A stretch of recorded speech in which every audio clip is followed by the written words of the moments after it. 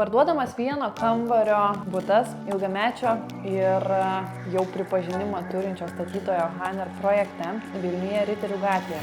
Tai yra naujos statybos projektas ir šiuo metu pardavinėjame čia vieno kambario 27 m2 butą, kuris mano manimu idealiai tinka investicijai, netgi ne ilgalaikiai nuomos, jeigu taip kalbėti, bet turbūt ir trumpalaikiai nuomos investicijai, nes šią vietą tikrai visi puikiai žino. Čia yra strategiškai patogios vietos susisiekimo prasme, nes čia yra socialinių mokslų kolegija, Ogmijos miestas, Akropolis, Ozas, visi didieji prekybos centrai, visos mokymosi įstaigos, kurios yra mieste ir viena netgi turbūt svarbiausių viešojo transporto stotelių Vilniuje Pramogų arena, iš kurios važiuoja praktiškai visi turbūt Vilniaus autobusai ir galima pasiekti bet kokį reikiamą tašką, todėl susisiekimas čia bus labai patogus. Kalbant apie patį butą, tai kaip ir minėjau, tai yra vieno kambario butas, yra 5 m2 balkonas. Buto langai yra į gatvės pusę, bet iš tikrųjų triukšmo čia visai nesigirdi. Kalbant apie patį butą, tai yra pilnai įrengtas butas, visiškai pilnai įrengtas su baldais ir buitinė technika. Virtuvė buvo užsakyta ir gaminta pagal individualų užsakymą. Kiekvienas stalčius, kiekviena spintelė iš tiesų bus pamatuota ir bus tikrai patogu naudoti. Ir kaip vieno kambario bute, sakyčiau, tikrai virtuvė nėra maža ir apskritai čia ploto